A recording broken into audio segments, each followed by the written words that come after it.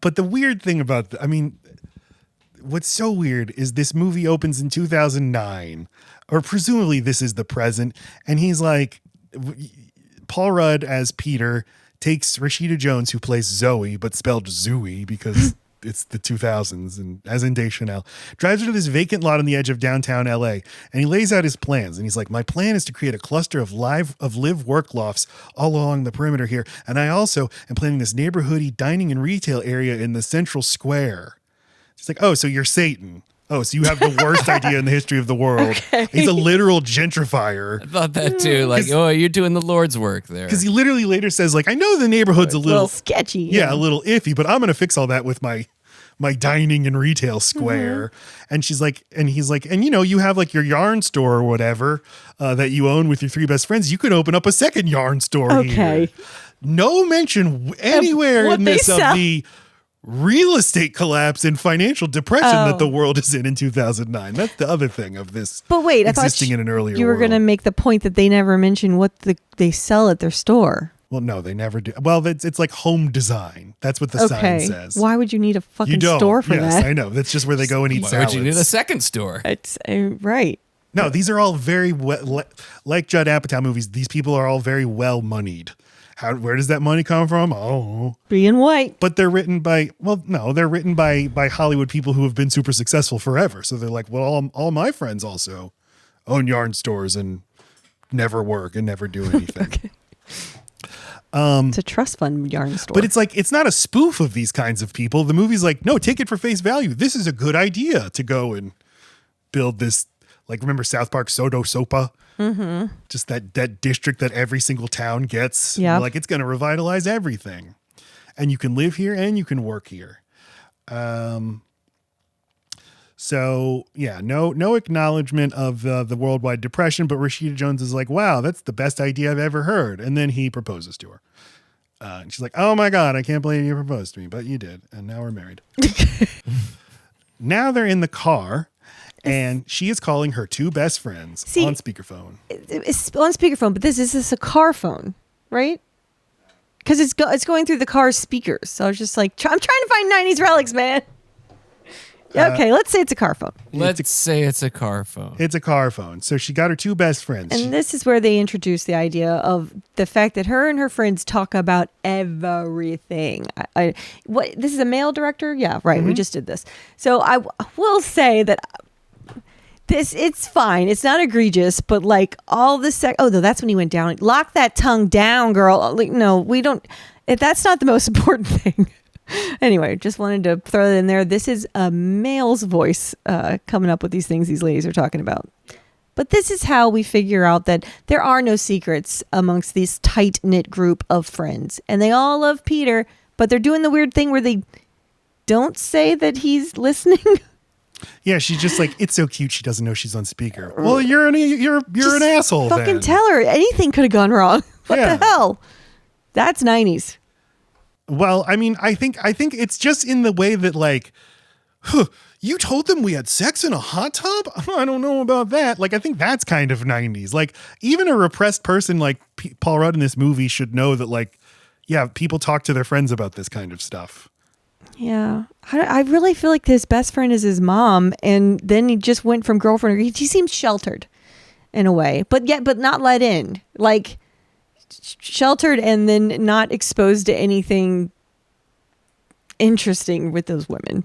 That's why I say it's a 90s relic. It feels like an almost Seinfeld like observation. Like, I'm sorry, you told them I go down on you. Yeah. Or later he's like, how can you ask me when I masturbate? But I feel like, I don't know, my whole life, my friends and I have talked about stuff like this. That's true. Because in American Pie, it's just only about masturbating. And that's all they talk about.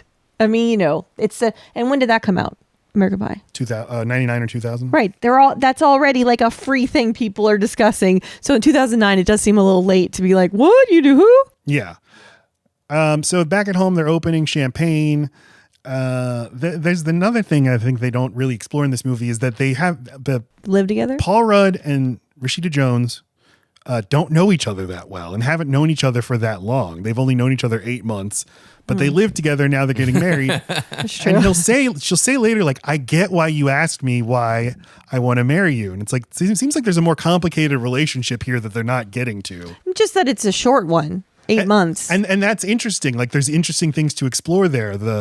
I thought I knew you, but I'm learning all these new things about you. Like later she learns you play an instrument. Like, wouldn't she have known that by now? No, I think he loses himself in every relationship, which is super relatable. When I was, I was a serial monogamist from 4-year relationship to 3 to 4. Like, and my hobbies were just whatever they did. My friends were just whoever's theirs were. My taste in music changed.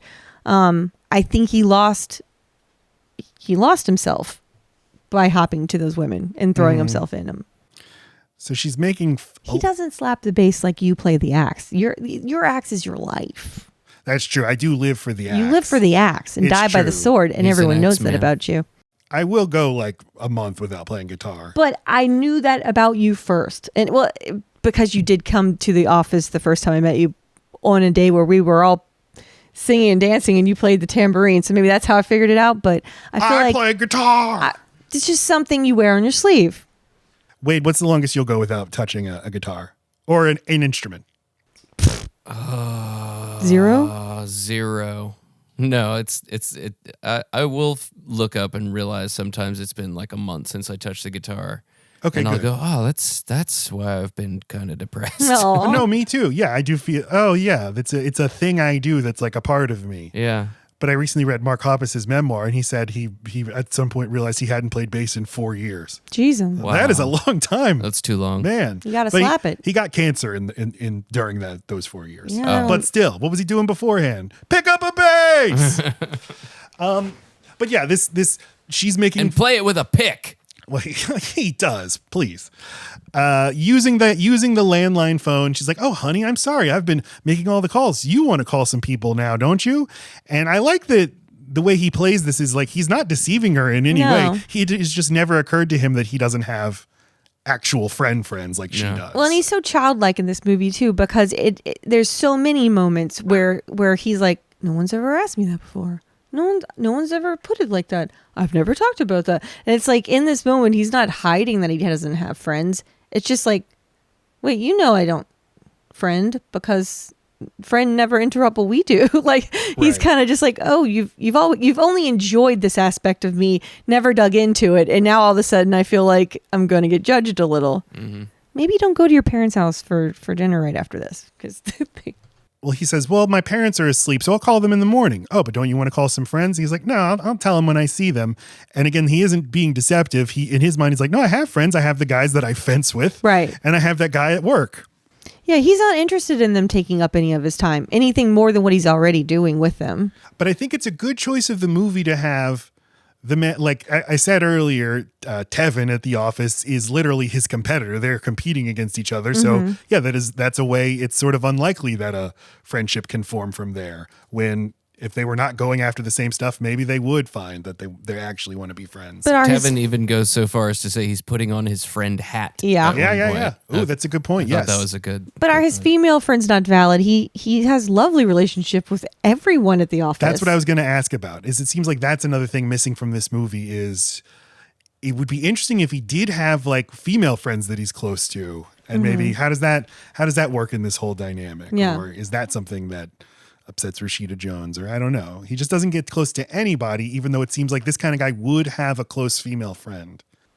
Right, but if he's going from relationship to relationship and he's diving all in on those, it definitely seems like it's by design. He wants to be with someone that wants to be with him all the time. Yeah. I mean, then maybe that's the answer to why they already lived together. That seems like it was on, fast forward, 1.5 speed. 8 months of dating is Yeah, I mean, I would have moved not in, a long time to be moving in. but I would have moved in with you that fast.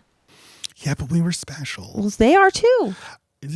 They are I think they are so sweet. I think they really get each other. Yeah, No, I- everyone is special and everyone should just do what they do. Oh, okay. They should Thanks, do what they Wade. do. It's almost like you said nothing at all. No, I think it's I think It's almost like that. you can absolutely have a very successful relationship coming out of like a very hurried up courtship. And it's interesting that the movie finds a few ways to show how that can the complications that can come from that, but maybe not enough. But at their core, they're people who are good at communicating with each other and are just very kind and are happy to have found someone who's interested in them, ask them questions about their day, is very nice. If they find attractive, good sex. I think they've got the bones of something that can get over these little things. Like I still find out things about you I didn't know. I mean, that's just, we're constantly growing and adding new things to ourselves that we have to then reveal to our partner. That's what I think you get out of them, is that they're just really supportive of each other. And again, he thinks he does have friends. He has Gilliam. But what does he do? What is the They thing fight. that they I do? will say that is a random thing that stuck in my lexicon ever since. Gilliam? And I've never known anyone named Gil. I don't think. They hide. They don't exist anymore. So I use it for Bill. Billiam. Well, and that's why Gilliam is funny, because it is just William. Right. But a great way to make friends as an adult is like we'll go to the gym. Go play sports. Do a sport, right? Play basketball. But he picked the one sport we are in literal combat against each other. Wearing a mask. And a mask even makes it worse because you get no eye contact. It's so devoid of like being a real person. You might as well just be like an NPC that I'm fighting in a video game. Man, see, I knew there was going to be some cool ass symbolism that y'all picked up on. Well, and I knew I was going to learn something. Wait. When they because what we were saying earlier is like the way to make friends as a man is do stuff with other men. You got to do stuff. Yeah, but it can't be queer. But as long as it's not queer. No, it can be queer. It's fine. No, I know it can be love. I'm saying that's what's so hard. That seems to be the thing that's not evolving as fast as the rest of the world. Is like guys can just go get lunch. Fuck. I part of this is like we're the movie and we are like universalizing guys, because my whole life I've told my male friends I love you. We hug. Like I've never for a second been worried about like being perceived as gay with my friends. No, I am saying that what they are doing is harder. A new friend, not a childhood friend, that you can still find ways to have one-on-one where you can like learn about each other, develop feelings for each other, and one day maybe love each other and then say it. I feel like I'm adding to your point. We're like, well, but you guys are conditioned to be at odds with each other. We got to fight. Well, that way it's not gay. Yeah, I mean, I was just saying that like this isn't a thing that all men felt, but you're right. I mean, the only like new friends I've made as an adult are people. It's been through work or it's been through parenting. Yeah. And like I've met friends through the podcast, but they're not people I meet in real life. And I think that the meeting somebody in the physical world is like maybe the most important part of all of this. It's just being around somebody or you doing a thing together. Yeah, there is something about the camera hitting record that turns you on and your personality on in a way that is not totally you. It's not. It's the on you. Absolutely. Yeah. I mean, as soon as we hit record and you do your little clap and our little bear bass, like you become Matt. And I'm saying, so a screen friendship, something that is long distance, can only be on a screen. You pump yourself up for those interactions. You're not just Matt. I don't like the way both of you were just like, oh yeah, that's true. Yeah. Well, no, you've got that little special something, that sizzle. Well, I wasn't agreeing with her specific assessment of on Matt. I'd meant a generalized, like everyone is. Yeah. That. I'm not just going to sit here and talk about like kids and money. That's not what we're here for. Kids and money. That's what it's the kids making us some money. Let's talk about that. So he has, he's in literal combat with this person. And as Lacey said, he's wearing a mask. So it's like, yeah, he doesn't feel like he's a real person. And while they're fighting, Gil gets super angry at him and yells at him. Fuck me raw! Sweet bout, Gilliam. And then when is it the time where they can actually see each other and decompress? It's in a vulnerable place where you're not supposed to look at each other. It's in the locker room. You look at each other too long, gay. Or at least Peter feels that. Peter's just so reserved, so quick, and he's so pleasant and so nice that he just doesn't come off as a guy that you'd want to invite for a beer. So he doesn't get invited, or he gets invited once, says no, and then they never do it again. It's the locker room. He's not a locker room guy. There's certain guys who like thrive in that environment, snapping towels, grabbing each other's dicks or whatever you guys do. Peter's not that guy. He's got like boundaries and he's trying to be polite. Yeah, and as I am an introverted person, I am a private person, and I'm a reserved person, and lots of people like me are out there, and it's harder for us to make friends. The reason we're able to do it as kids is because we're forced to be around lots of other kids. Yeah. This is his one opportunity where it might happen. He just chose the one sport that's maybe least conducive. But you say that, but then there's clearly a core friend group, 4 friends Because who they have been much different personalities. They are way Yeah. more outgoing than he is. So it's Yes. like he's going to naturally find the comfort, the mother. He is his mama's child. He loves his mom. That's probably his best friend.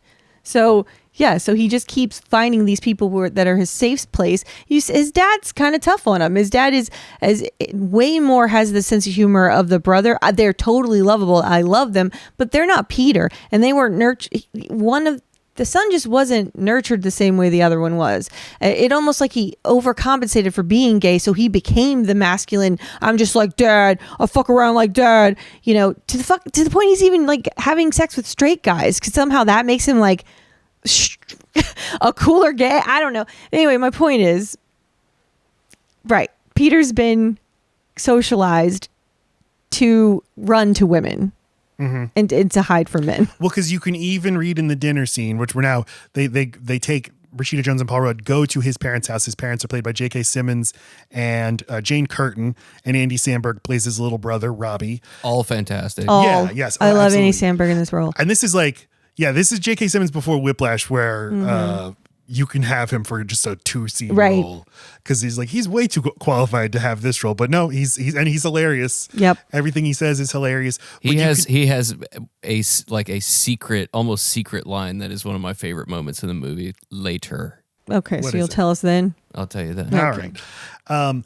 But you can read the scene is because Paul Rudd is that Peter is so much older than his brother. He says he's 8 years older, and his brother is now super close to his dad, that his dad probably didn't have the time, mellowed out, became less career oriented. Now I'm going to spend a lot more time with my son. Yeah, right. Yeah. And it's funny that the Freudian reading would be like, well, the one who's close to the mom would be gay, and the tough son would end up, fucking lots of ladies, but it's the exact opposite thing that happened. Well, and also, I think we can also read into it from the picture of Peter, like preteen, maybe saying "hooray" next to his mom selling her first house in that picture, that he probably went on ride-alongs. Like he learned the business. He wasn't just like not at the house when the dad was at the house. He was with the mom all the time, is how I read it.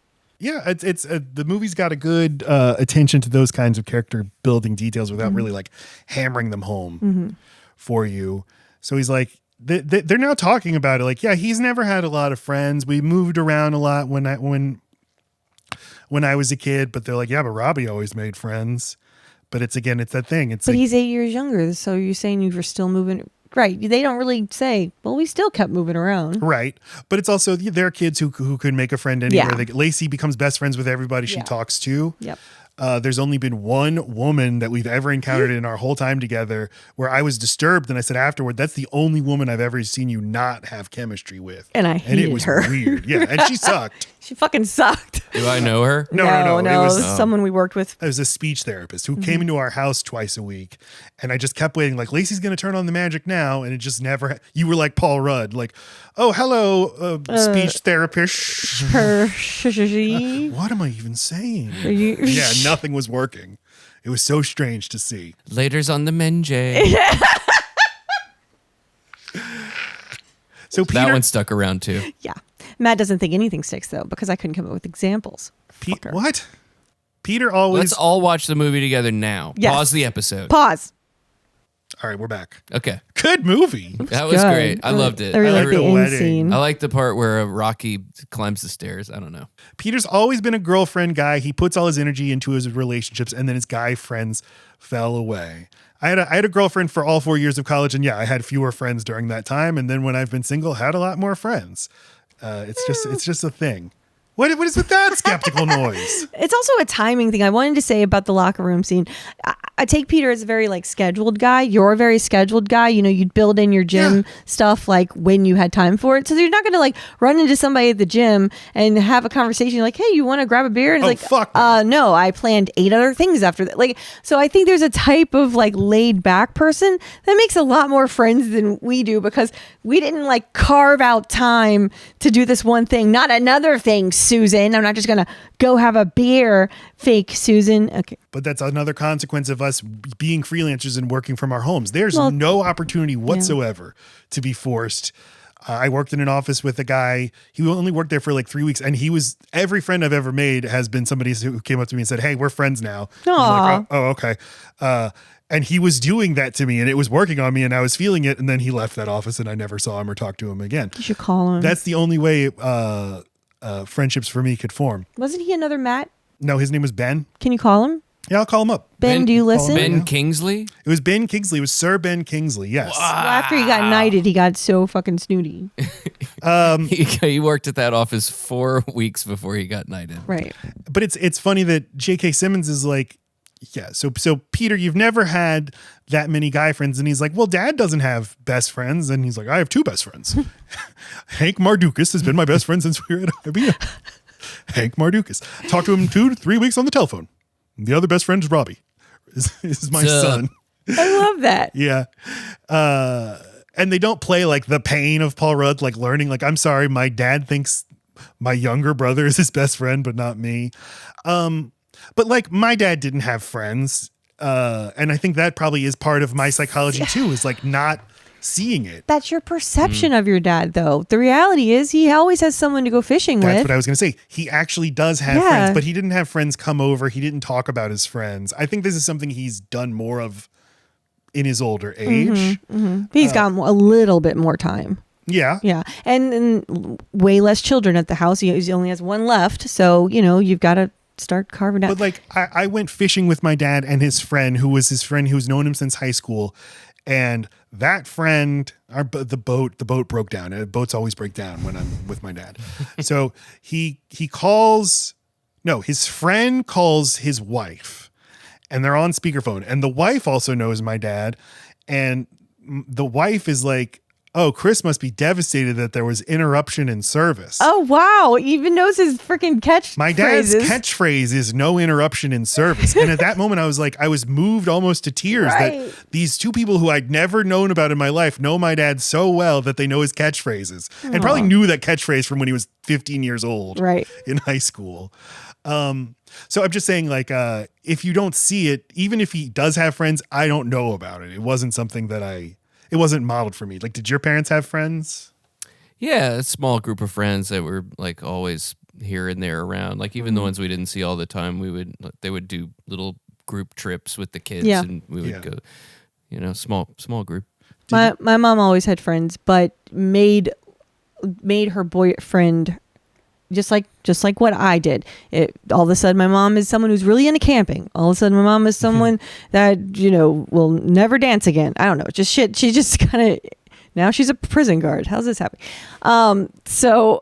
But she had 2 best friends who she always talked about, but they both worked at her work and they've all been there for like 30 years. I mean, ended up all retiring at like 30 years and they started together. So they're still friends. Yeah.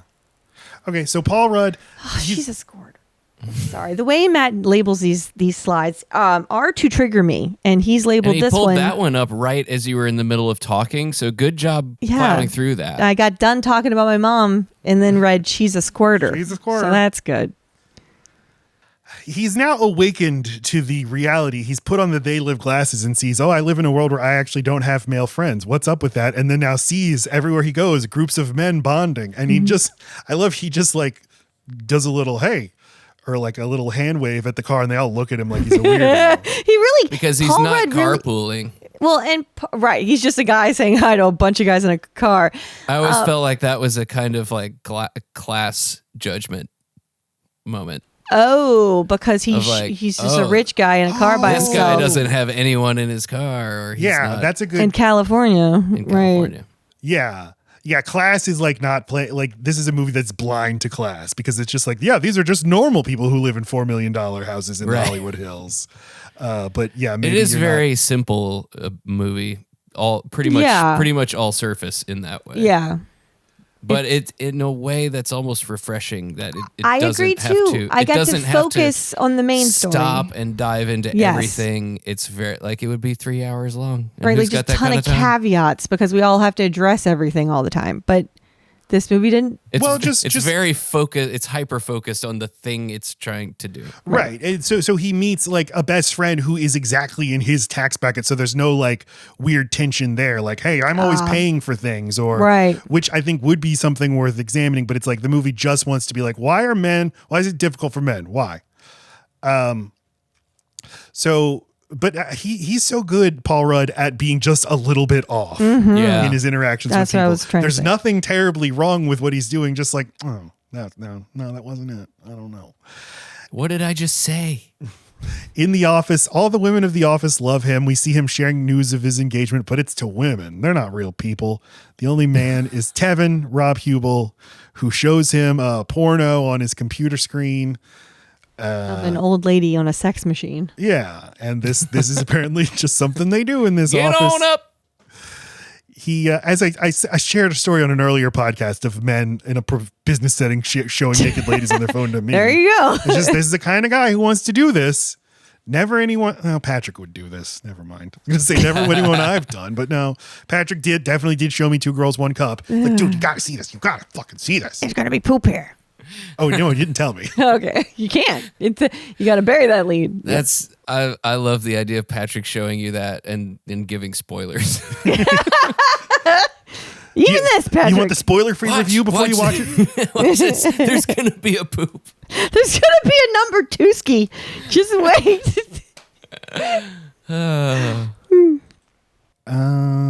Zoe calls Peter, says it's her turn to host ladies' night. And he's like, well, that's okay. I'm going to fencing after fencing. The class. Even the word fencing, putting up boundaries. Lacey. I know. I won't even stop. And he's like, well, I'll probably go out for beers with the guys afterward. And then Lou Ferrigno, what happens when the Hulk shows his emotions? He turns into a monster. Oh, yeah. Men aren't supposed to show their emotions. No, our friend Smash Trivia John has a lot to say about the subject of the Hulk and as a way, of men processing emotions. Right. Yeah. Just saying, it's everywhere. It's everywhere you look.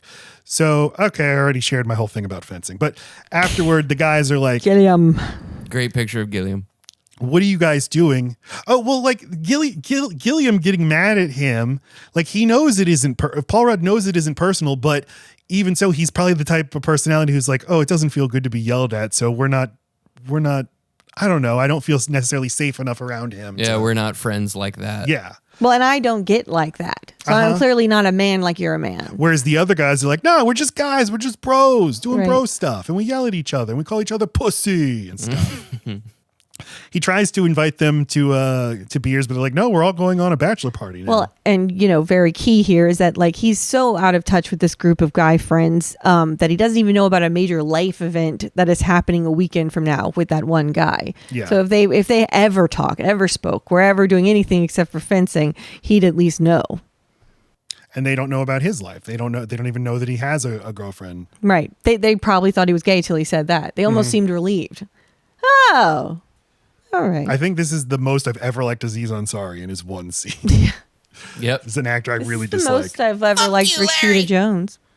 Oh, yeah. I mean, I generally like Rashida Jones. I never don't like her, but I just find her precious in this one. Yeah, a little, yeah. Wade, Rashida Jones thoughts? I like Rashida Jones. All right. Do you like Karen Filippelli? I do like Karen Please cut that entire thing. All right. Now Peter goes home. And Peter, the ladies' night is still ongoing, but they don't see him coming in. And they're talking about how their favorite times are with each other. And they don't feel guilty because their husbands are always having guys' nights. And so he sneaks off and makes them all root beer floats with chocolate straws. Fucking wrong vibe. They're getting drunk, you idiot. Yes, I know. It's a good little detail. Like even It's as a he's doing mom it, you're thing. like, this is a little. I'm telling you, when you view it all Yeah. through, he has been Yeah. completely socialized It's totally by a- his mother. She probably even thought he was like too delicate to stay home, so he just went with her. And when you're a real estate agent, you are putting on the face, you are putting on the manners. I mean, her haircut, the way she dresses, everything. It's just like, hi. This is how we chit chat. You look lovely. He's been trained to be this. And he's so good at putting out a spread, and Yes. he decorates it well. And Yes. everything. Yes. And so his career's perfect for him, but he's only a guy that's full of niceties, not depth. But so he's about to go in, and he overhears them talking about him and how it's weird that he doesn't have a best man. And Rashida Jones is like, it's not a she. Do you guys think like her attitude about this is like, it's fine that he doesn't have a male best friend? I love that that's where like it it. starts, and I hate that she gets flipped so quickly. I don't know that it's quick, right? I mean, he No, it has happens in the same scene.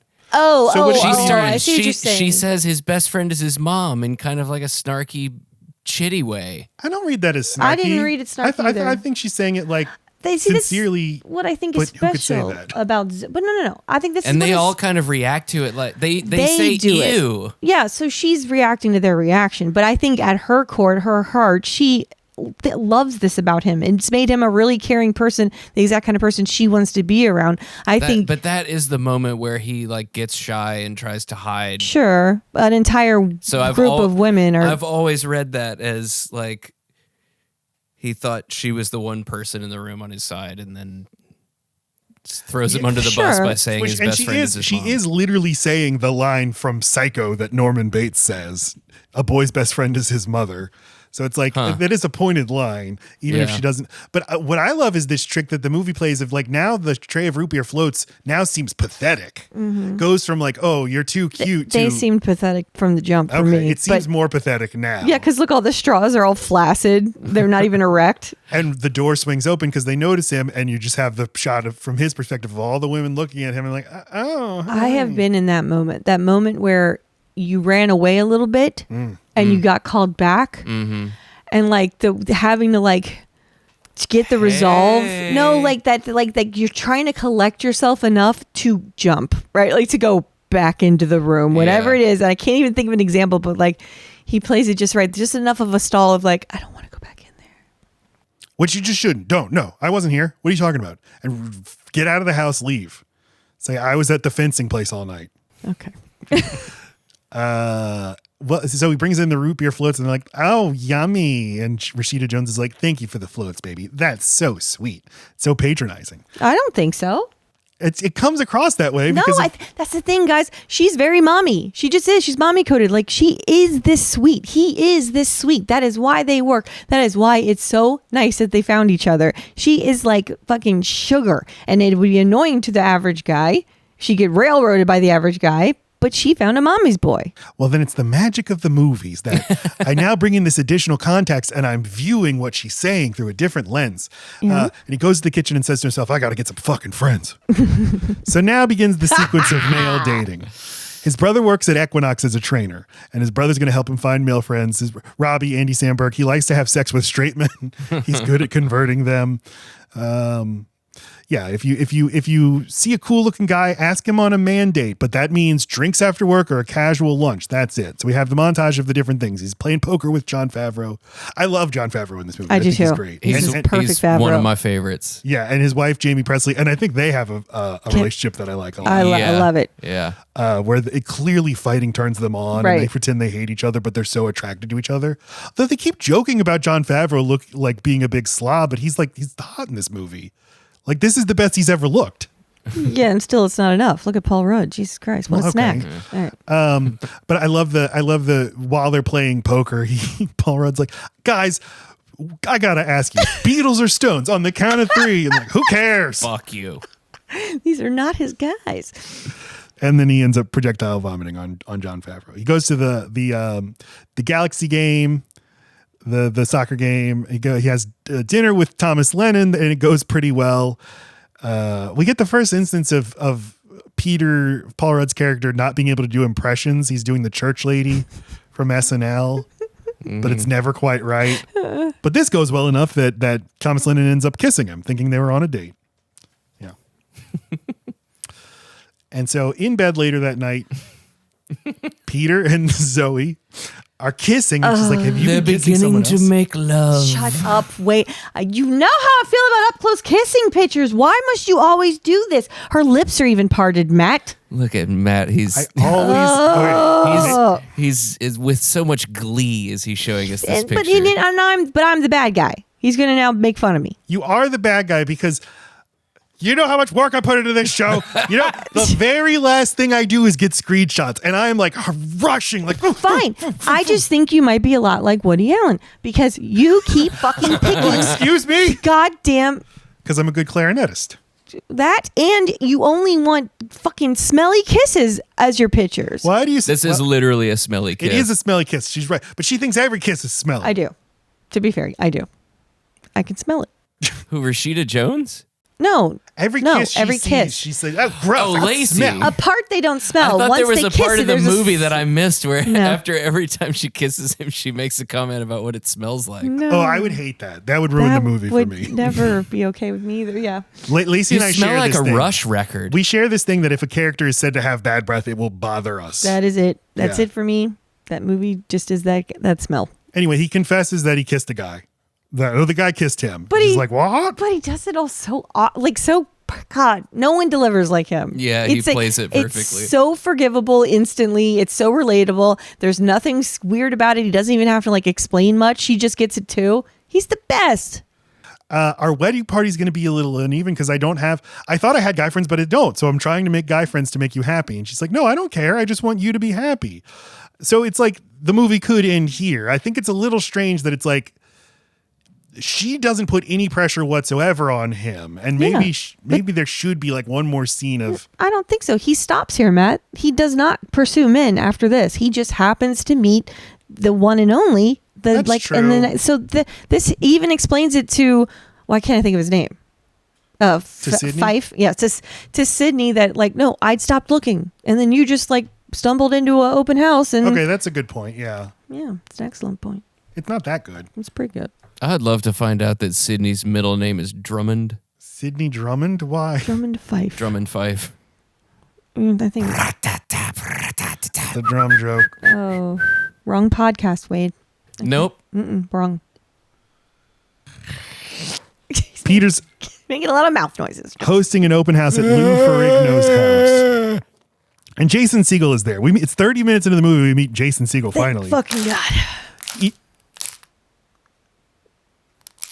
I don't even know how to fire you fast enough. I don't. to fire you. Get the fuck out of here. You fired. Yeah, Jason Segal is there. He likes to go to... Also, clearly we reused the bottles, Wade. What the fuck? That was a reused. You crushed our bottle? It's a habit. Get the fuck out of here! It's a habit. It takes up less space You know how in many the trash. planets had to die to make that fucking bottle? Oh no! Yeah. That's right. I like. They're Yeah, made entirely out of the core of Pluto. That is the black hole that made that of supernova. It would be funny if we find out gasoline is actually made of planets. Every time we We've drive. been destroying universes. It is. No, it is. We've been destroying everything else. This really is it. This is it. There's This- no- When you think about it, everything is made out of planet. No, we are all made of stardust. It's true. He's right, Lacey. Stop giving him that look. No, I was just checking out my own face. Jason Segal likes to go to these. Sorry, Sydney Fife likes to go to these open houses and get free food, but he's not a moocher. He's actually very successful at investing. He just likes to eat Another free food, LA job. trying to a make believe job that pays me well and you never see me doing anything. Yeah. Where he is looking for a rich divorcee, and he and Peter kind of click because he's a fart detector. Which is what Paul Rudd's been looking for my whole life. You know what it is, and because when I'm watching, I'm like, okay, what is it that is? You watch him go on all these dates that just aren't right for him, and so as soon as he comes in the picture, I'm studying it, what's going on here? And it's just that they're both very honest and they're thinkers. They like to think about people and what they're doing and why they're doing it, and that's what makes them click. There's got to be some significance to the fact that all the other dates were, the contexts of some forced friendship. Forced circumstances, forced friendship, and like foreign worlds to him. Right. Poker Whereas is so guy coded. This happenstance, this chance meeting is basically by his own design. On his turf. That's a good point, Wade. It's in his element and it's at his best. He's never been given a property like this one, right? So he's being, and the thing with real estate is once you get a property like this, it's your first time, we're all faking it. Another agent isn't going to help you figure out how to do this. They want a piece of the action. That is true. It is a zero-sum game in real estate. So he really is kind of like off on his own on this one. But I'm saying he's down to the environment. Like he has curated this space. And this is the time that it works. Yes. Right. Yeah. That's a great point. Yeah. I didn't even think about it though, but you're right. Like the soccer game is just a big yelling match, and then poker, he pisses off the fucking host by accidentally winning. You can't help if you win. Poker is just fencing where you can see their faces. Yep, and take their money. Yeah. God, I didn't even make that connection to poker because Jon Favreau gets mad at him for defeating him, which is the exact same thing that happened in the fencing match. So he challenges, you're an asshole, Peter. So he challenges him to like a manly thing that he thinks he can't do, and it literally blows up in his face. He's like, "Yeah, I'd like to see you pound these beers, and you've done it. Fuck me." Yeah. And Jason Segel's never in a adversarial position to Paul Rudd. Right. But this is kind of like him meeting a friend at work. Yeah. He just finally met a good person at work. So, yeah, he's very impressed with his fart detection skills. Who's trying to help him. Uh-huh. That's different. At work, they wouldn't. If this was another real estate agent, he would not be trying to help. Yeah, he's helping him by explaining, well, first, I'm not here to buy the house. I'm just here to get free food. Paul Rudd's not even mad. That guy, trust me, that guy's not interested in this house. He's just trying to impress that woman, and he has to fart. And that's how you can tell they'd never had sex, because he has to fart, which I don't agree with that. But I know you don't. But I know you know I don't, and that you disagree with that. So, yeah, Peter's Still like... makes for a good monologue, though. it does. I fucking love it. And it smells like farts. Yeah, roll down the windows in that car, honey. And the little look he shoots back at him after he said... I'll say that Lacey and I were dating for 1 year, and we took a trip together to Seattle. And we were at a Barnes & Noble, and I went to the bathroom, and I was like, hey, I'll be back. I'm going to go look for some books. And I came back and sat down at like the Starbucks next to her, and Lacey's just like, I know what you were doing. And I was like, yeah, that was 1 year into our relationship. She finally acknowledged, I know what you're doing when you go to the grocery store. Right. I've literally found you at the grocery store because I was going to Rouse's to like pick up wine before going to your house. And you thought I'd get to your house while you were shitting. So you went to Rouse's to shit. Winn-Dixie, but yeah. Winn-Dixie, whatever. Grocery store. Yeah, we don't go to Rouse's anymore. So that's how long it took for me, was 1 year. And that was because, and if you never said anything, I'd still never acknowledge that I shit. We would just have to live next to a Winn-Dixie. Yeah. Men don't shit, ladies. Oh. They don't. They poot. Ew! Ew! That's Every worse. time you put a kiss on the screen, I'm going to say poot. Poot, poot, poot. It's on. All right, let's go. All right. And you're going to wear that cheerleader outfit tonight. So, I love you. So as Sydney leaves, Peter watches him, and he feels a frenzying. This might be maybe the guy, even though I gave that up. But suddenly I found love. This is how you find love: is you stop looking, you work on you, you go to the gym, you start feeling better about yourself, and then boom, the perfect guy, best guy you ever met, comes into your life. Later, he's talking to Robbie, and they're talking about how nervous he is to call Sydney. This is directly from the Seinfeld episode. Then he leaves that long, rambling voicemail, which for is Sydney. so good. Oh, it's so good. Sorry. This is where you have the annoying like Apatow cuts and like even like continuity errors of him just going on riffs. And I know it's fine. It's fine. I love it. It's some of the best stuff. So I don't get you at all. So he's not, well, you're just not. It's not an improv movie, but will then have improv sections. And like Apatow movies have a generally looser feeling to them all. I got you. But like, I don't think you can have a Paul Rudd without improv moments. He's just so powerful, you have to let him go? No, he just is. He is improv. He is chaos. He's going to make magic out of his little mouth. So then Paul Rudd stops by the yarn store, and the ladies, they're women. They're eating salads because ladies love their salad. They're talking Gotta about watch the our men. figures. Yeah. And when he's there, he gets his call from Sydney. So he's invited out for tacos, but he's still got the stupid rules in his head. So he's just going to do drinks, trying to be cool. They have a great, charming conversation. Wait, help me out here. What all do we need to know about this scene? This is where they are officially hanging out socially, and the walls start coming down already. Right, they start talking about what question does he ask him? How's the sex? How about the sex? Oh, right, and how about the sex? And that's where he admits out loud for the first time to anyone, and maybe even to himself, that he wishes he got blowies more often. Yeah, blowies from Zoe. Yeah, I mean, what? Should have been the title. Yep. But he just by starting off with that's a little private, don't you think? This is again, I think the 90s. Like maybe in the 90s, men weren't talking about. I think it's the real estate mom. Okay, let's not get into politics and let's not get into religion. We're just trying to sell a house. Oh, yeah.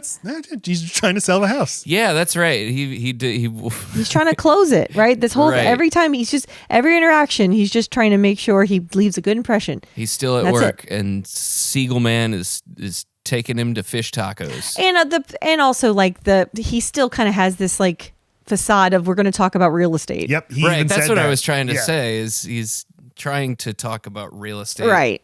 Because there is I definitely feel it. If I was trying to make a new friend, I would feel really self-conscious about take time out of your day and just be with me for pleasure, right? The pleasure of my company. That doesn't sound worth it, right? Let's do the pretense of I'm going to show you how to use After Hours Illustrator. Help me.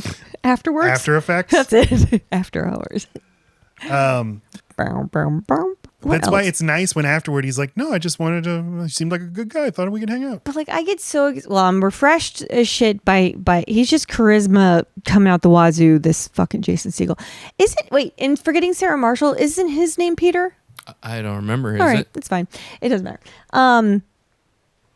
I love how instantly having this friend and just having this tall, charismatic guy vouch for him automatically starts making him more socially acceptable in every area of his life. Yep. His name is Peter. Wow. Peter Bretter. And Kevin Levin or whatever. Okay. Because he's just so open. But then you realize, okay, I'm sorry. I'm getting ahead of myself. Peter gets drunk and has a really nice fucking time. And then eat tacos. Jason Segal even has to encourage him to eat with his hands. And he's resistant at first. He's like, no, I'm going to ruin this if I have dinner. We're not supposed to have dinner. And then he's like, fuck you, you're having dinner. Okay, I'm having dinner. Yeah. And this is the first time he cancels plans with Zoe on a Sunday. But she's so pumped for him. She even thinks it's cute that he came home drunk and tipsy and he had to take a cab because he does not cut loose like this. This is not a cut looser. You can tell it's a good relationship because he has no shame about telling her, I'm a little drunk. Yeah. Yeah. Yeah. But yeah, this forces him to say that he's actually not that satisfied with their sexual relationship. I think if you're a Jason Segal type, it's actually easy to bond with a repressed person. It's it's good. The more repressed they are. Well, he is a coach in this whole thing. And that's what I was saying. What I love is instantly Peter becomes better at just being around everyone because of Sydney. Not literally because Sydney is making him more cool just by the proximity to him, but he's saying cool things about Peter that he would never think to share about himself. He's too polite to say, I do this. Do you do that? Yeah, it's he can't rise above pleasantries until someone makes him. And I think Paul Rudd does a great job of drunk acting, which is he plays understated. Yep. Yeah. When people are drunk, they act like they're not drunk. That's what they're trying to do. Right. I don't want you to notice I'm drunk. And that's how he plays it. When he's alone waiting I don't know how to call a cab. And he's walking in that weird walk doing something fun with his legs. I'm like, yeah, that's relatable. And I love how genuine Paul Rudd's reaction to Jason Segal's Andre the Giant impression is. Yeah. He's spitting on himself. Although there is this thread that seems like they're going to follow through the movie of Jason Segal being a little bit of a A little bit of a hothead. Of like a man clan, like manosphere guy. He's like, we're men. We think about sex every second of the day. We're not supposed to talk about it. He doesn't say men think about sex every second. He said we think about. Right. And that's true because this movie does a great job of showing you like the women are equally talking about this. It's equally important. He's locking that tongue down. Yeah, I always felt like that could be like kind of a mismatch for this movie, but the point is just that Jason Segel's character is authentic and in touch with what he has impulses to do. He's not ashamed of them. It's uninhibited. Right. And it's his lack of shame that allows him to say exactly what is on his mind and just be real, even if the news is bad. And in 2009, talking about like my masculine energy was not like Nazi. It was coded. not toxic. Right. It was just a thing. Yeah. Well, he's wearing UGG boots. I mean, how fucking masculine can he be? I was going to point out this wardrobe. He's always wearing these cargo shorts with patterns of like palm trees and stuff. Bathing suit, my guy. That's a bathing suit, my guy. He's wearing winter snow boots. I am not ready your to get guy. in the pool. You are gonna be. So, what happens then? Well, Tevin, Rob Hubel at work, is like, you gotta get yourself out there. Look, I have all these advertisements. You know who took this picture of me? M. Night Shyamalan. my face is in all these urinal cakes. People know me. But Peter's like, I guess he's inherited from his mom. Like, no, advertising is uncouth. I don't do that. Right. But he decides at work, like, you know who I'd really like to see is Sydney. So they go meet up at the Venice Beach Boardwalk. Sydney's always available. I'd like to toss in that Rob Hubel mentions Bennigan. Or no, it's Segal that says, Segal says, I pissed on that guy and face in a Bennigan's. And Matt and I have a very special connection to Bennigan's. Wade, I do have in my notes later on that he shouts out Bennigan's and that it is a very important part of Wade and I's story. And we'll get to it then. Big part of our lore. Great. I can't wait. It's essential for our lore. So yeah, the dog is named Anwar Sadat because he looks like Anwar Sadat. This is a Seinfeld joke. I mean, it's also like these people are too young to know who Anwar Sadat is, but that's, if this was written in 1997, it makes sense. Yep. Do we think the dog looks like Anwar Sadat? Not enough for me to have named him that. Nope. I've seen a lot of dogs look like Robert De Niro. I'm serious. I believe it. They just have to have a mole right here. Not enough to look like him, but enough for the joke to land. Sure. It would be funny. And again, if you know who Anwar Sadat is. Right. Well, if they wrote that in the script and, you know, Larry Levin's like, that Anwar Sadat joke stays, and they're like, okay, fine, fucking put a casting call out for a dog that looks like Anwar Sadat. Well, and I guess we'll need a poster in Jason Segel's man layer so that people can see what Anwar Sadat looks like. And then just because this is how movies are made, they had to find 10 dogs who look like Anwar Sadat. Right. Jesus. Because, you know, they kill one after every take. Of course. So he lets his dog shit in the middle of the sidewalk, and when someone objects, he just hulks out at them because he's full of testosterone. And he's like, come on, don't you want to let loose? Come onto the boardwalk and yell. And Paul Rudd's like, rah! I love that. Who doesn't want to tell someone to mind their own fuckhole at least once a day? And I love that after he gets Paul Rudd to start yelling and yelling, it's just very relatable. He's like walking out from under the boardwalk just going, ah. Yeah. Still know how to do it. Now he's into it. Mm-hmm. And the reaction of all the people on top of the boardwalk to the unseen screaming.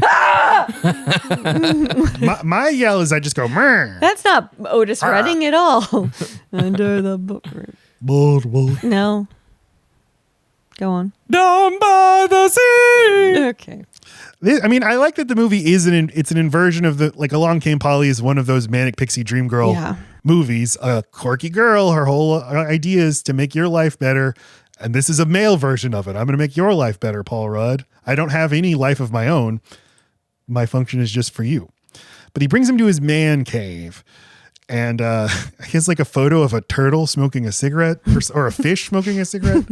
I don't know. Okay. He also has his jerk off station. And again, he's like, masturbation is a part of life. Right. Dudes masturbate. So do chicks. Okay. Suddenly we're on the opposite coast. You don't talk to your Jersey girlfriend and your friends about masturbation. We don't listen to Rush. We listen to Boston. Yeah. So he asks him, like, well, when's the last time you jacked off? And he's like, well, it was last weekend. I wanted to know your opinion, unless you're full of shit when you tell me what you jerk off to. when he's so disgusted that he jerked off to a picture of Zoe in a bikini. Let's all if I have were a go disgusted around. by that, No, I wanted to see if you're embarrassed by it because you jerk off to things of me. Sure. Pictures of me. yeah. How are you not understanding what I'm asking you right now? What's your question? Jesus fucking Christ. Wade, do you understand what I'm saying? I think so. That, like, how did you feel about Jason Segal's reaction? Big reaction. Oh, I disagree to with learning him. this. No, I think it's still fucking funny though. It's funny. hilarious. Yes, it's funny. That's sick. Like, sick. But no, but I'm sorry, my girlfriend Rashida Jones. And so then what happens? Well, Nobody's curious about me? Wade, go ahead. What do you jerk off to, Wade? The furniture catalog. Okay, that's fine. See his catalog.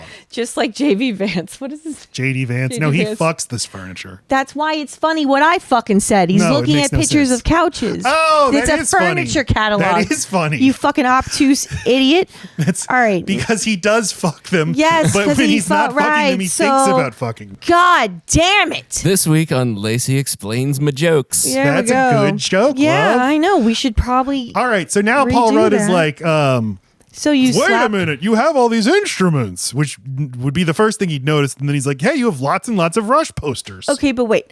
I think it is adorable how he walks into this man cave. Like, he's truly blown away. And he's a real estate agent. You've got to think he's seen plenty of man caves, right? Even if he doesn't have a lot of friends. It's he's the seen, man cave he's- of wonders. Well, it's not that. It is his Aladdin, cave. anyone? No, shut up. It is what Paul Rudd would do. I think he walks in and like feels an immediate kinship to this guy. He is surrounding himself with things I would do this with. She's nailed it because I wrote in my notes, this looks too art directed. This should be a mess. But that's why they're clicking. Because Yes. actually Jason Segel is like Paul Rudd. He is, and you Because never he can see his appreciate house. a good spread. He is kind of finicky. He's like, he wants Yeah. his things the way they are. He wants the best of things, which is why he gets the best fish tacos. He wants to be a connoisseur. He wants to be able to tell people where the best things are. So at work, Peter gets a call from Lou Ferrigno. He's mad. They haven't had any offers on the house. And then Sydney comes into the work and starts doing like pickup artist stuff on the receptionist. So cute. Not that part. That's my mom's name. That's his- Everything's his. I wish the names got a little bit more like ridiculous as the movie went on. That way, my name's it's Paul because my dads are gay. That's my mom's name.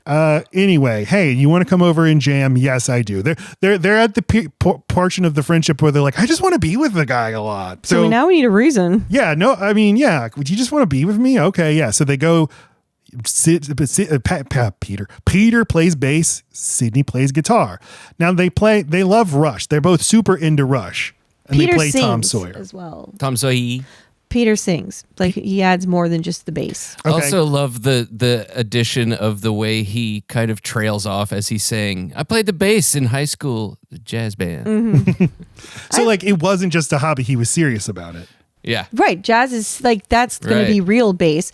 And It was okay. his extracurricular. And we see that even Rashida Jones and probably no one in his life knows how silly this guy likes to be, how goofy, how he likes to dig into a bit and make the most ridiculous faces and sounds and just see what his body can do and just have someone tit for tat go back and forth. Not just someone letting him do it, but someone like participating in it. Egging him on. I don't think he's ever had this in his fucking life. You know Yeah. who he would have had it with? A younger brother. He was too old to have a younger brother, big brother Yeah. situation. His dad was a serious man. So this is just a guy that's had this inner goofy nerd that has never felt like he could really do it. I would marry Jason Segel if this were happening to me. And he tries it on Rashida Jones, and to her credit, she takes a lot of it, and she doesn't give it back though. And she's like, for the sake of our marriage, stop our relation. So there's certain things with certain people, like the way I act with my best friend Kim, who is my friend from years and years ago, is not how I would ever act with Matt because he just doesn't think it's funny. And I've never met this best friend Kim. So Yeah. sounds like a real best friend. Wade, I'm sorry, I don't remember. How do you feel about Rush? I like Rush. Now ask him But about is it- fish. But they're not fish. They're They're not as fast. Are they one of your bands? Rush, no. It's funny you mentioned Fish though, because I think John Fishman is one of the few people who could step in for Neil Peart.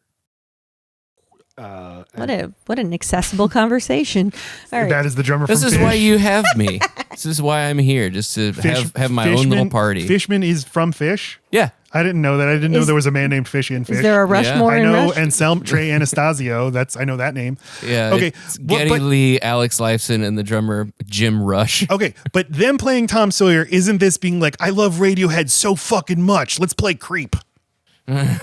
Sure, but they wanted No. to immediately. No, all I of don't- Rush's That's the one Rush song. Stop, but No, all of it's Rush's songs are super complicated vocally. I mean, I You know have that to be they're in a high school jazz band in order to exactly. So like he's playing something well tread, yes, but they both need to know it already, so they don't have to practice. And they're just trying it out, man. Shut up. Okay, I assumed that if you're a Rush fan, you hate Tom Sawyer. That was my impression. On Spotify, it has 3 times as many listens as their second biggest song. That's just because of this movie. So how is your impression guess what that this- people don't like it then? Just from talking to people. The second one, Limelight, because That's of this right. movie. Okay, good. What's the third? Jesus. I'm doing the thing Lacey says I do. because you do it. Wait, I will think of this You're the only- organically, and it's Spirit of Radio. That's it. Yeah, you've met your match, Matt. So now Paul Rudd finally lets out his inner male rage and hulks out. And he is doing it while doing a thing with another man, you know? Yeah. He goes back home. Rashida Jones is like, I don't understand. What do you do for 7 hours? And he's like, well, we jam. And she's like, what does that mean? He's like, well, I play the bass guitar. And she's like, I'm sorry, what? And he's like, yeah, I slap on the bass. See, and you said this doesn't make sense, and I say it fully makes sense. It makes sense to. I agree. Yeah. That's one that's made it into the global lexicon and Slap at a bass, yeah. For But sure. isn't he referencing something? No, he made it I up. don't think so. He has to be No, referencing no, something. he's not. This is the first time it was ever said that way. I'm sure people said that you slap. Maybe you could say slap the bass, but slap a da bass. Yeah. I can't wait for the YouTube commenters who like to correct you. Bring it on, you fucking males. She has never heard of Rush, has never heard Rush. He's like, oh, well, get ready to have your fucking ass fucked. I love that. Listen to this. And then he plays it on the weakest little Yeah. speakers and she has to lean in. How fucking flaccid. But he's like, good, huh? She's like, but she's being a sweetie. Yeah. She's like, all right, yeah, I'm getting That Rushified. maybe that joke aged better than all the other ones, the tiny speakers. Oh yeah.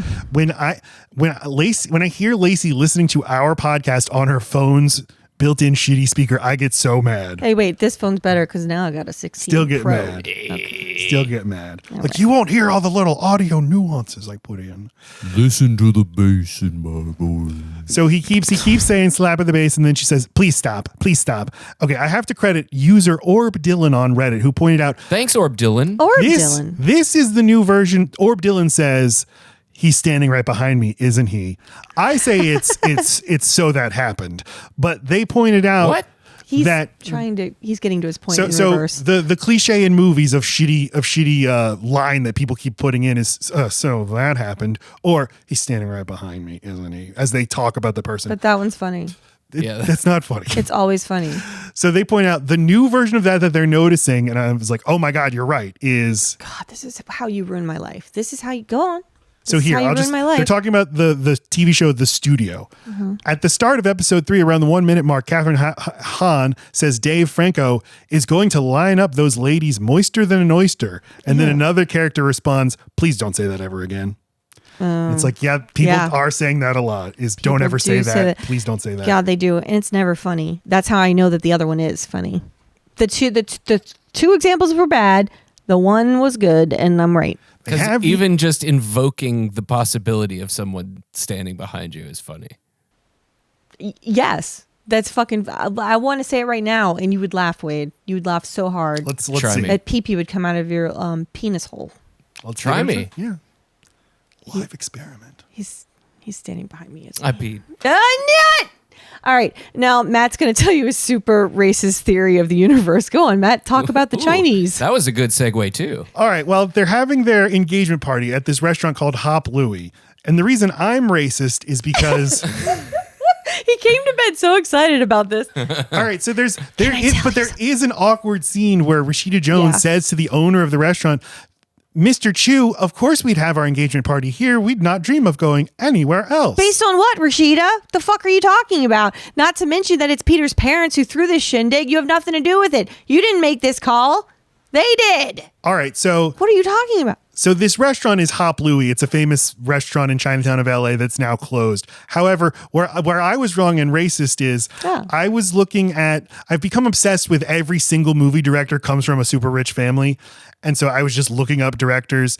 So who directed the biggest movies of recent years? Wicked. Okay. Who's John Chu's family? John Chu's parents own the restaurant Chu's Chinese, which is like a super iconic, trendy Chinese restaurant that caters to movie stars, but I was wrong. That's not this restaurant. I was just confused because she literally says Mr. Chu, and this seemed kind of Trumpian that you'd have to have this insert shot. Right. Welcome to the Trump Hotel. Look at this escalator. Okay, bye, movie. We will let you film here if I get a cameo. But the person she's talking to is actor Ping Wu. This isn't the owner of the restaurant. Oh, well, damn, I'm sorry to have ruined your theory. What is going on? I think it's the first evidence of what you were complaining about, bad direction. I think that was meant to be tied up and didn't get tied up. Zoe finally meets Sydney. They meet. I know this feeling. I feel like they do this well. This like anticipation of like, I know this is an important person in your life. God, I hope they like me. And I always I remember thinking, oh, this movie's pretty... I kind of like how they make it will they like each other? I don't know. I don't feel like you get to see that dynamic. It's a trope in real life, but I don't feel like in a movie I've really gotten to see it where both sides equally want the other person to like them. It's just they can't seem to gel it right away. Yeah, I've made a really great friend really fast. I think that you have I'm the lady at the bus character. stop. I have made a really intense new friendship really fast. How is my partner going to feel about that? They're going to try to be supportive, but there is going to be a little element of, I hope they like me. Also, I am a little threatened because this upsets the order of what I understood. Also, I get less access to my partner now. Well, if I am picking up on the vibes, I think she wanted a little bit less access. I mean, he's just a very accessible guy. That's not attractive. So maybe if you moved out, Matt, things could get a lot sexier. Where's Matt? I can't access him. I did want sexy to come back. I love that. Bringing sexy back by leaving. I did love. Fuck the Wade corner, everybody. Waka, waka, waka. I'm just here to. Okay. You're doing good, Wade. You're doing good. I love that his meeting the best friend almost upstages their entire situation. Everything this man attends is about him. Like, he just can't help it. He's tall, but majestic. Haley is the one who can make it about her. Yeah. I'm talking about Zoe's best friend. Oh, yeah. She's Sex on the beach. You never know. You never know. It's so Paul Rudd because she's definitely just vamping, and it's like that perfectly doesn't make any sense. Yeah. And it's very real what you just said. Sarah Burns, I love her in everything. She's not. She should be in more stuff, but she's very funny as Haley. She has an unconventional look, so she'll never get to be in everything else, Matt. Yep. Jamie Presley. What's her character's name? Denise. Yeah. And John Favreau this guy arrive. with the smoking hot wife. And I love that he's mad because he's like, you said it was a drop by. It's an engagement party. Why would it be a fucking drop by? He's so angry. We made it to the point with the J.K. Simmons line. Okay. And it actually begins with the whole John Favreau at the bar thing. Like, everything he says in this bit is just gold. The Belvedere on the rocks, something with sour mix in it for her. The way he walks in with a toothpick and then he flips it in to give a kiss. Flips it all the way back into his mouth until he's left alone at the bar with Peter and he doesn't care anymore. And then it just pops right back out. Wow. And the whole thing about, oh yeah, we jam. Do you want to jam with us? No. Well, don't you play an instrument? No. Don't you have a piano? Why do you have a piano? Decorator put it there. And then he goes to check on the table. And when I'm going to check on the table. That's what he says. I'm going to go check on the table. It's there. And he tells Denise, obviously trying to get the hell out, he says, it smells like a fucking pet shop in here. Okay, that's not funny. And as everyone is trying to pull away from him, you can hear J.K. Simmons underneath all the talking say, oh, Mr. Sunshine here. Oh. And I love that so much. That it's almost not even there. You gotta go digging for it. The things that make me go, Okay. I have a soundboard too. Did you know? So they give the speech. Jason Segal stands up and he's like, I want to give a toast to my best friend, Peter, I think his name is. He's a great pleasure giver. And what's your name? Rashida Jones? Give it back. And then everybody's like, huh? What? Scandal. Oh. In the car, she's mad at you, told Sydney that I don't give you blowjobs. Let's go home and get some BJs. Let's go and get some BJs. And he's like, but how is that different from what you tell your friends? And she's like, well, it's different just because, it just is. She's like, listen, it's not that I don't want to suck your dick, but it's just I was in a bad relationship with a guy and he ruined it for me. But he had intimacy issues. By the end of the relationship, if I tried to touch him, he would shiver. Leads to another one of Paul Rudd's great faces when she says that. And she's like, look, I want to do it with you. And he's like, okay, well, it's a good thing that my new friend has forced me to be open about my needs and my feelings. And she's like, oh, yeah, I guess. It's almost like this guy is a good thing that has happened to our lives. Yes, it is. It's like that. Yes, let us. But, he's like, but I just feel like some things should just remain between the two of us. And I like that idea. I kind of wish the movie were digging more into it about what is something that just stays between a romantic partner. What do you tell your friends? What do you not tell your friends? All that shit. But this is a good scene. I like the scene. I think they're both very good here. Yeah. So they play golf. And this is why you should not force Sidney Fife to do anything he says he does not want to do. It's not going to go well. He knows, that man knows himself. But yeah. Okay, but he has another like Bill Simmons-y like manosphere thing. He's like, no, I told you I don't play sports with women. Because he's done it. And it's bad. Like he's too competitive. He too much wants to do the sport and not the girl version of the sport, which I'm not being sexist. They are learning. So like he also wouldn't want to do this with a kid. I think you would think he would fire back at the angry entitled golfing men, like, hey, we paid our money for this green course as well. Yeah, whatever. Rate of play. But all of a sudden, no, his properness, his like, no. I want to follow the rules. I am a rule follower. We are the ones breaking the rules. This is why I don't like doing stuff like this. It is a timed sport. It is stressful. You don't like it when someone ends up behind you and they're like watching you play. I've never done it, but I don't like it in putt-putt. Yeah, I would immediately just like get out of line. Like, oh, you go ahead. All right, yeah, you play through. That's a thing. But she hits a ball into his shin. It's really bad though. And he shouts, "Motherfucking cock in my fucking shit! This is my nightmare. This is my nightmare." So it does not work out. But there's a Rush concert to go to, and they'll go ahead and invite Zoe because Paul Rudd was supposed to spend his date night with her watching HBO on Sunday night, which is something we still do, everybody. Yeah, HBO has a lot of quality programming. Check it out. But they live together, so wouldn't they be having date nights like? No, it's Sunday. Every night? No, it's Sunday specifically for HBO. That's when all the premiere shows come out. Yeah, I know that's HBO. Well, that's all they do. Date night is Sunday. That is their special night. Find another date night. Nope, that's when they don't have like recorded live TV yet. Yes, they do. No, they have to watch it when it comes out. You wait all week for these shows. You want to tell me to not watch Severance when that fucking comes out? You can go eat a dick. I'm going to watch it. That's their special night, Matt. It's relatable. It makes sense. Everyone shut up. So, did you guys know that Amazon has TV channels now? And that is it just products? No, about 17 minutes ago on one of their channels, I Love You Man started playing. Well, thanks, Amazon, sponsor of this and all Load Bearing Beams episodes. They give us free Prime. We love Load Bearing Bezos. Ew. Just kidding. Just imagine him holding up stuff. Bees nuts. So she goes along, and Peter and Sydney are like rushing out. They're getting really into it. They're like licking each other's taints and stuff. And she is like, this is a little strange. Because there's Sydney and petering it out, not rushing out. Like that they are doing a Kim and Lacey in front of other people. It's uncomfortable for everybody. We understand. There were lots of dudes there licking each other's bases. It's like, no. Well, it is cute that it's now afterward, but he's talking on the phone with him about the concert they were just at. It's totally something you do. Yeah, yes, but this is the 90s.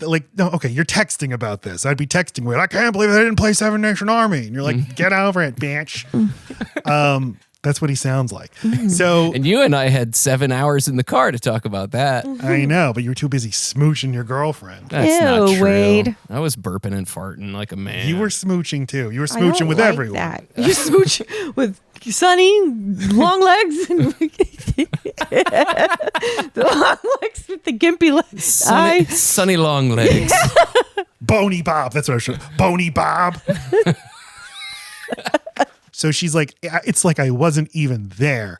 He's like, I'm sorry, what? And she's like, yeah, it's just like you invited me to the concert and that's cool, but then you were totally ignoring me or something.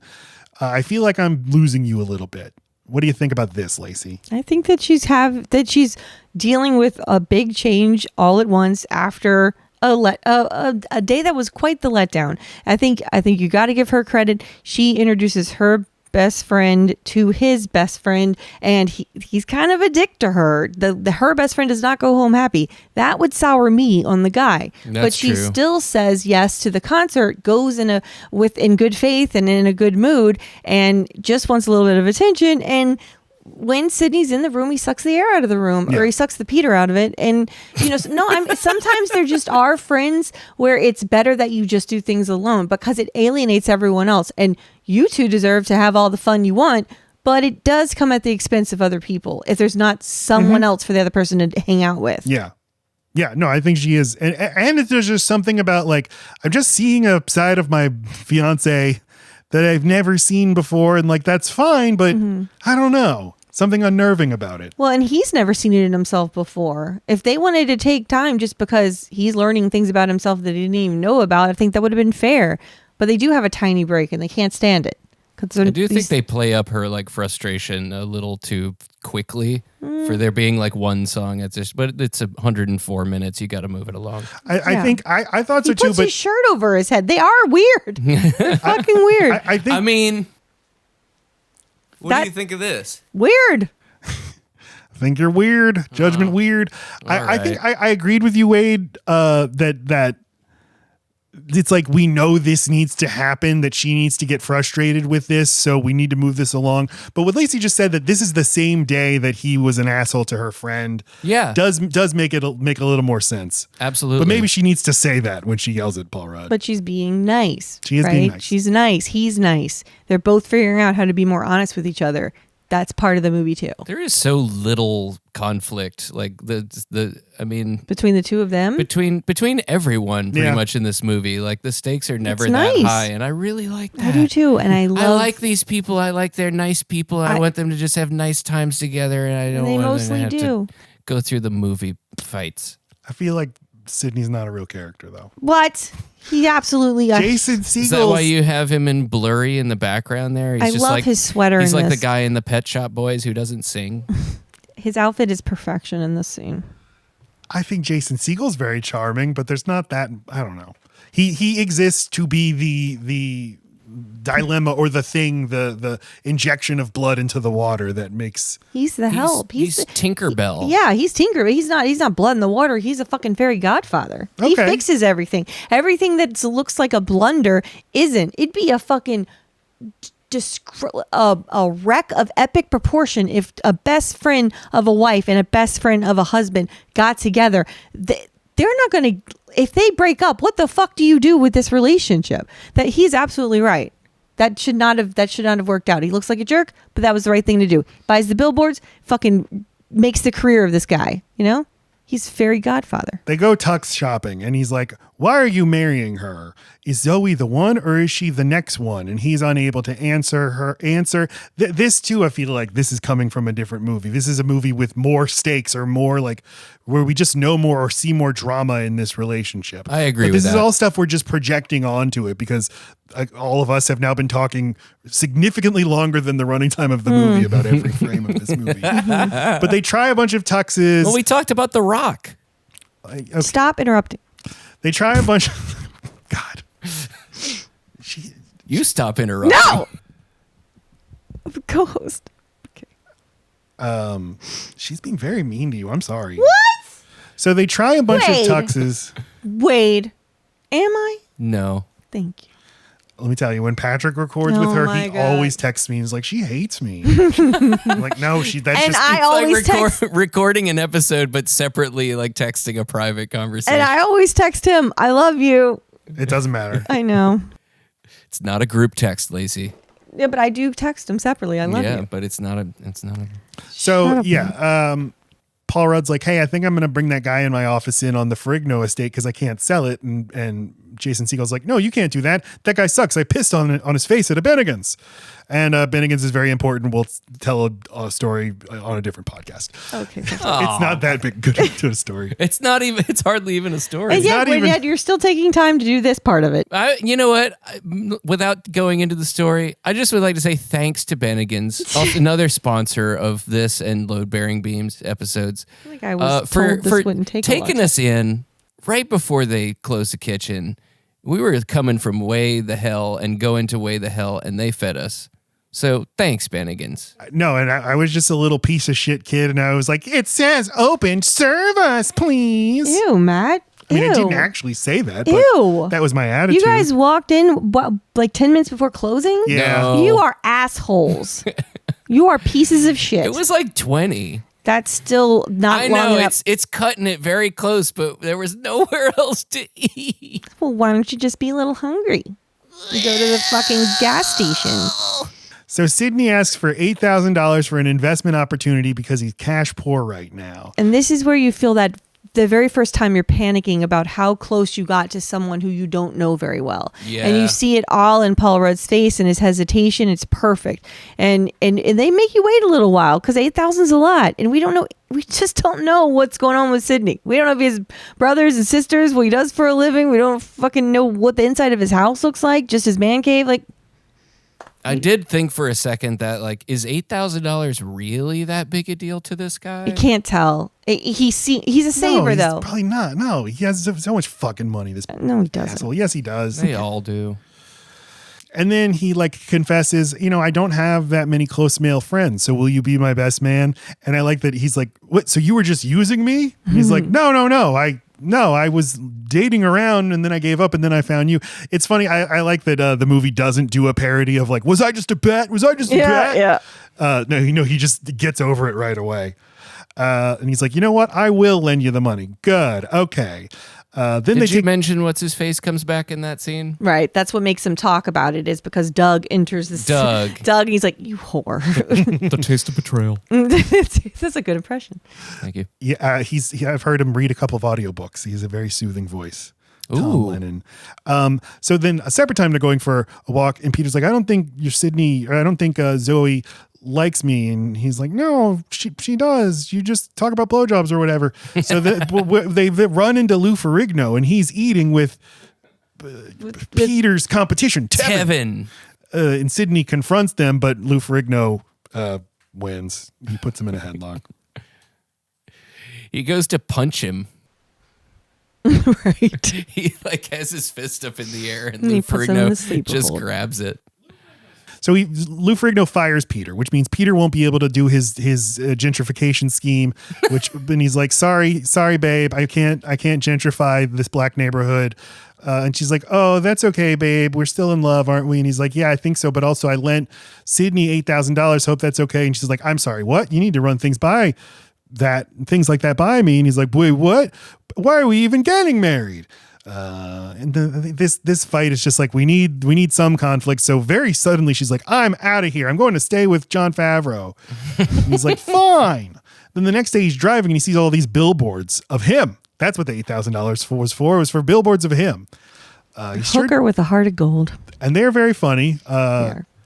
But man, this Photoshop work that they were able to do with just a couple of shitty iPhone photos of him.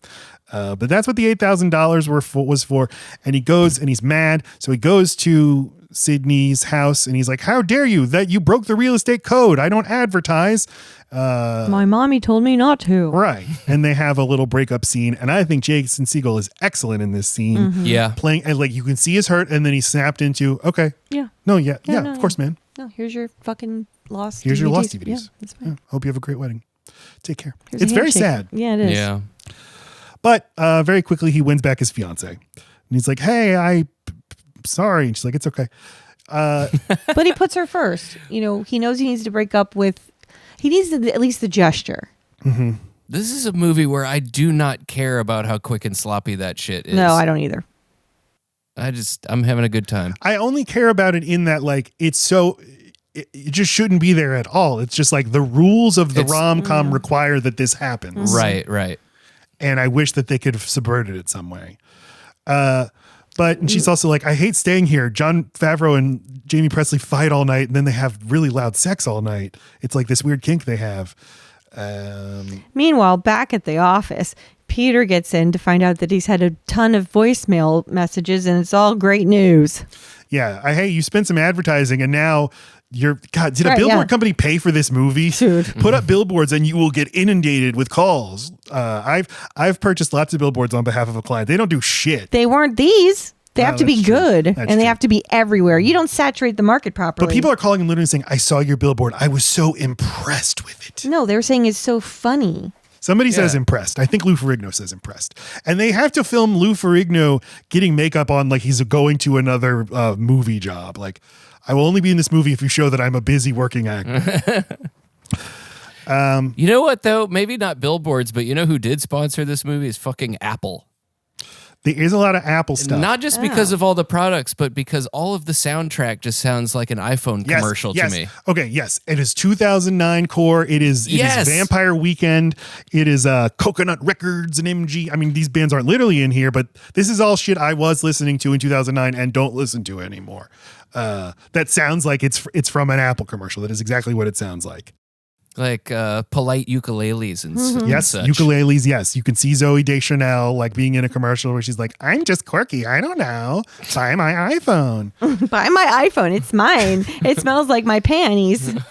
So now it's the wedding scene. Peter's groomsmen are Lou Ferrigno. I love it. Doug, Gil. There's that really sweet diner scene though with the older man who's having the same. He's like, "I'm really glad you called." Like he realizes. That's just him at an older age, and he could have been this old with his wife just dying after years and years and years, and been in this situation, and then been even harder. Then the longer you wait, point. And so then he just adopts him. So cute.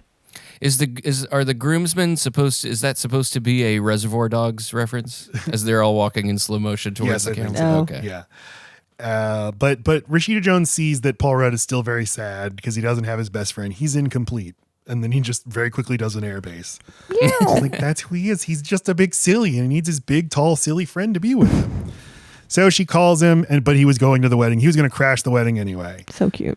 He shows up and he's like, I have an objection that's not an objection. I'm here to say, you're great and I love you. Also, I'm a successful investor. I'm not a dirtbag weirdo. Trust me. And they're like, great. I love you, man. I love you, bro. Wait, I love how he goes up the aisle one step at a time. Yeah, one step at a time. Giving Rashida and Peter, sorry, I'm twisting their names, a time to...